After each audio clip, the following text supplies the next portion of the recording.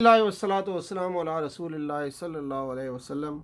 سورہ احزاب آیات 36 تا 39 لیے دورہ قرآن کے پروگرام میں مختصر پیغامات کے ساتھ حاضر خدمت ہیں۔ ارشاد باری تعالیٰ، اعوذ باللہ من الشیطان الرجیم، بسم اللہ الرحمن الرحیم۔ وما كان لمؤمن ولا مؤمنة إذا قضى الله ورسوله أمرا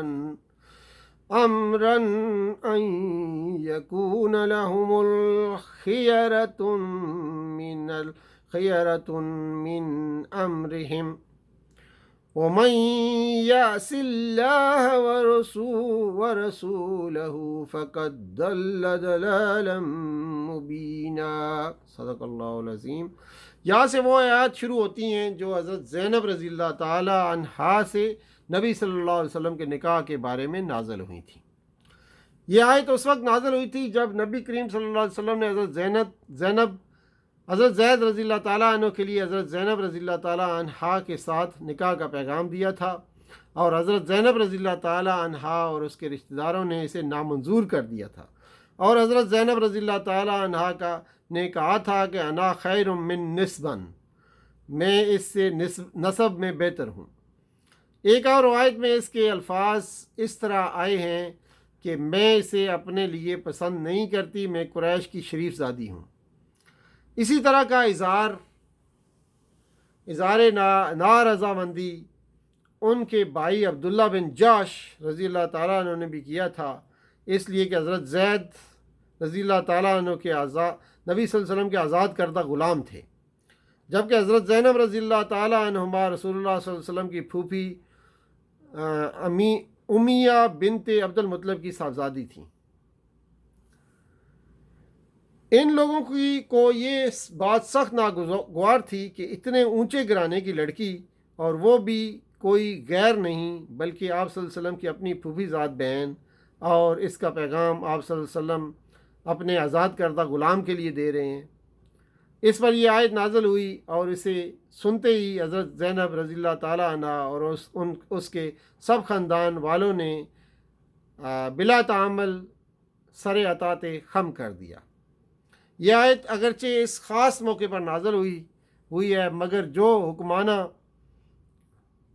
حکمنامہ اس میں بیان کیا گیا ہے وہ اسلامی آئین کا اصل اصول ہے، اور اس کا اطلاق پورے اسلامی نظام زندگی پر ہوتا ہے۔ اس کی روح سے کسی مسلمان فرد یا قوم یا ادارے یا عدالت یا پارلیمنٹ یا ریاست کو یہ حق نہیں پہنچتا کہ جس معاملے میں اللہ اور اس کے رسول کی طرف سے کوئی حکم ثابت ہو، اس میں وہ خود اپنی آزادی رائے استعمال کرے۔ مسلمان ہونے کے معنی اللہ اور رسول صلی اللہ علیہ وسلم کے آگے اپنے آزادانہ اختیارات سے دستبردار ہو جانے کے ہیں۔ کسی شخص یا قوم کا مسلمان بھی ہونا اور اپنے لیے اس اختیار کو محفوظ بھی رکھنا دونوں ایک دوسرے کی نفی کرتے ہیں۔ یہ آیات اس وقت نازل ہوئی تھیں جب حضرت زینب رضی اللہ تعالی عنہا سے نبی کریم صلی اللہ علیہ وسلم نکاح کر چکے تھے، اور اس پر منافقین، یہود اور مشرکین نے آپ صلی اللہ علیہ وسلم کے خلاف پروپیگنڈے کا ایک طوفان عظیم برپا کر رکھا تھا۔ ان آیات کے نزول سے اصل مقصود مسلمانوں کو ان کی اس مہم کے اثرات سے بچانا اور ان کے پھیلائے ہوئے شکوک و شبہات سے محفوظ کرنا تھا۔ اس سے مراد حضرت زید رضی اللہ تعالی عنہ ہیں۔ ان پر اللہ کا احسان کیا تھا اور رسول صلی اللہ علیہ وسلم کا احسان کیا تھا، جس پر اللہ نے اور تم نے احسان کیا، انعم اللہ علیہ وانعمت علیہ۔ اللہ کا احسان یہ تھا کہ اس نے اسے ایمان کی توفیق دی تھی، اور آپ صلی اللہ علیہ وسلم کا احسان یہ تھا کہ آپ صلی اللہ علیہ وسلم نے اسے آزاد کر دیا تھا۔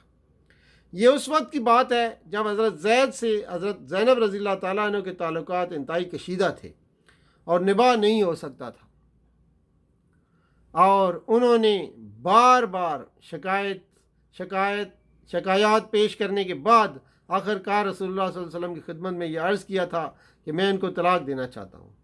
اسی زمانے میں اللہ تعالیٰ نے اپنے نبی صلی اللہ علیہ وسلم کو یہ اشارہ کر دیا تھا کہ زید جب اپنی بیوی کو طلاق دیں تو ان کی متعلقہ خاتون سے آپ نے نکاح کرنا ہوگا۔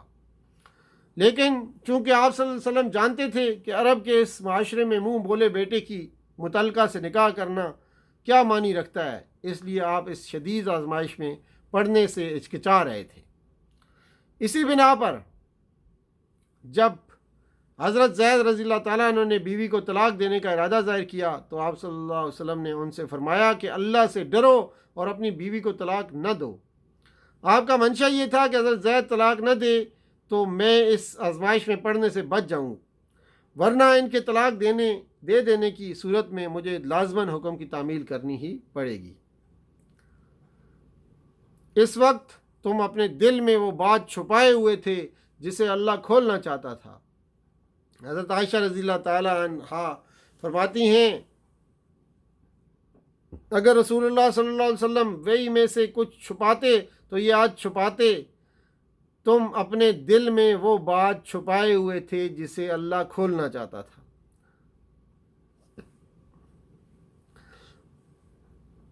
فلما قضى زید منها وطرن، ترن اسم مفرد ہے، حاجت اور ضرورت کو کہتے ہیں۔ جب زید اس سے اپنی حاجت پوری کر چکا، یعنی طلاق بھی دے چکا اور اس کی عدت بھی پوری ہو گئی، کیونکہ عدت کے دوران شوہر رجوع کر سکتا ہے، لیکن عدت پوری ہونے کے بعد یہ معاملہ ختم ہو جاتا ہے۔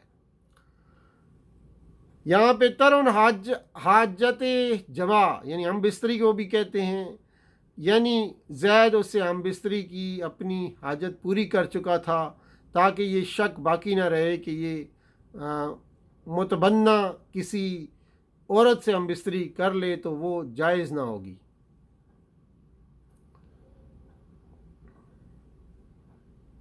تو یہ آج کی چند آیات تھیں جس پہ ہم نے چند اس سلسلے میں پیغامات آپ کے سامنے رکھے ہیں اور احکام رکھے ہیں، تو اسی پہ اکتفا کرتے ہیں۔ وآخر دعوانا الحمدللہ رب العالمین وصلی اللہ تعالیٰ علی خیر خلقہ محمد وعلی آلہ وصحبہ اجمعین برحمتک یا ارحم الراحمین، والسلام علیکم ورحمۃ اللہ وبرکاتہ۔